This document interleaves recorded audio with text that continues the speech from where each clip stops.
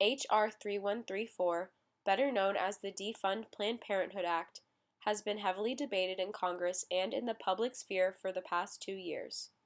If passed, the act will revoke federal funding from Planned Parenthood and other organizations that provide women with abortions. Although the primary goal of the bill is to eliminate federal funding going to abortion providers, Planned Parenthood and similar organizations also provide women with essential healthcare services, particularly women in poverty. While many view this issue strictly in terms of pro or anti-abortion, it has greater repercussions that are often overlooked. According to Planned Parenthood, if the bill is passed, approximately 2.5 million people will lose access to birth control, cancer screenings, STD tests, and more. And that's only in the United States.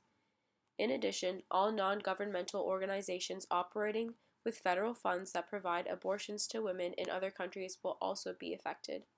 The defunding of domestic and international abortion-providing organizations severely limits women's access to health care, which is an issue of global public health because it has the potential to affect everyone in the world. Although the defunding of healthcare providers is an individual evil, it is part of larger injustices related to systematic deprivation of rights for which the U.S. government and public are responsible. Evils, according to Claudia Card, are reasonably foreseeable intolerable harms produced by inexcusable wrongs.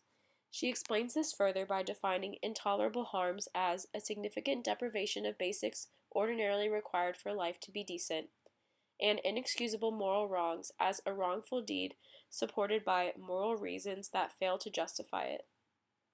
Using this definition, defunding Planned Parenthood and NGOs could certainly constitute a moral evil. The effects of this action are reasonably foreseeable. Healthcare is both a basic need for a decent life and something these women are being deprived of, and the deed is supported by moral reasons, like the pro-life platform, that fail to justify the action and its impending results.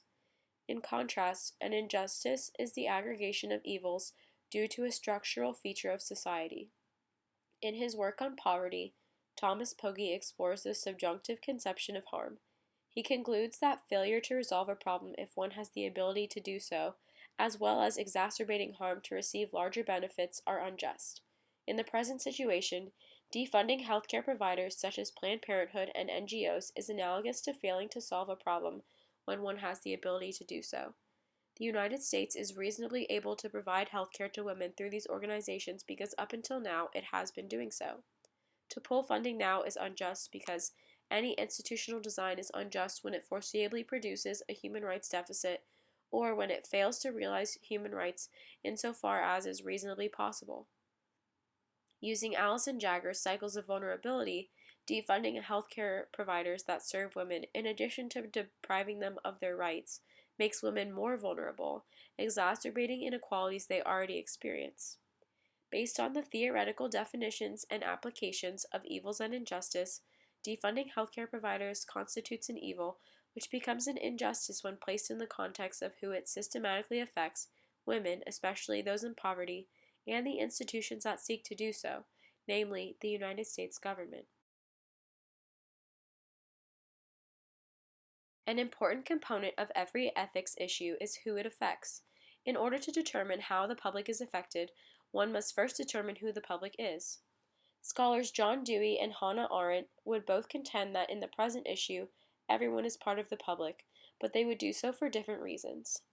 Dewey defines the public as those who are affected by the indirect consequences of transactions, which for this issue is women cared for by affected clinics, as well as their families, communities, and everyone who convenes to solve the problem, which is effectively everyone.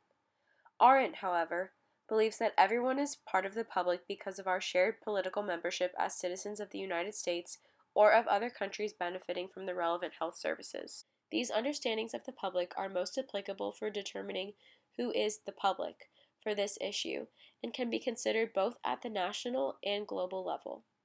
Understanding the public is essential to determining how defunding abortion-providing clinics affects the public. The public, best defined by Dewey and Arendt as those in political partnership, is comprised of multiple groups, women, their children, husbands, communities, and society at large, who are all affected by defunding clinics differently.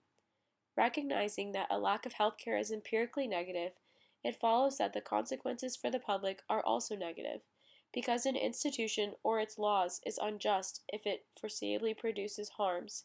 It also follows that the negative effects of defunding health clinics on the public are unjust. The responsibility for the current situation we find ourselves in can be divided in many different ways. On an individuated level, the person who bears the most individual responsibility is Diane Black, the Congresswoman who proposed the bill. However, everyone who voted for her, as well as everyone who voted for everyone who supports the bill, bears a shared responsibility per McDonald's model of responsibility that features popular mores. Similarly, we are all responsible through our social connection to someone who receives health care from abortion providing organizations, per Young's social connection model. As a whole, using Arendt's perspective, all Americans are collectively responsible to hold either ourselves or our neighbors accountable for the bill's proposal and progress through Congress. For this issue, unlike many issues of ethics and public policy, the solution is relatively simple. We must voice our opinions to our representatives in Congress, urge our friends to do the same, and hold the representatives that support the bill accountable by voting them out of office when their term expires. We, as Americans, are responsible to our fellow citizens and to those across the globe who depend upon Planned Parenthood and organizations like it to allow these organizations to do their jobs, providing access to essential health care to those in need.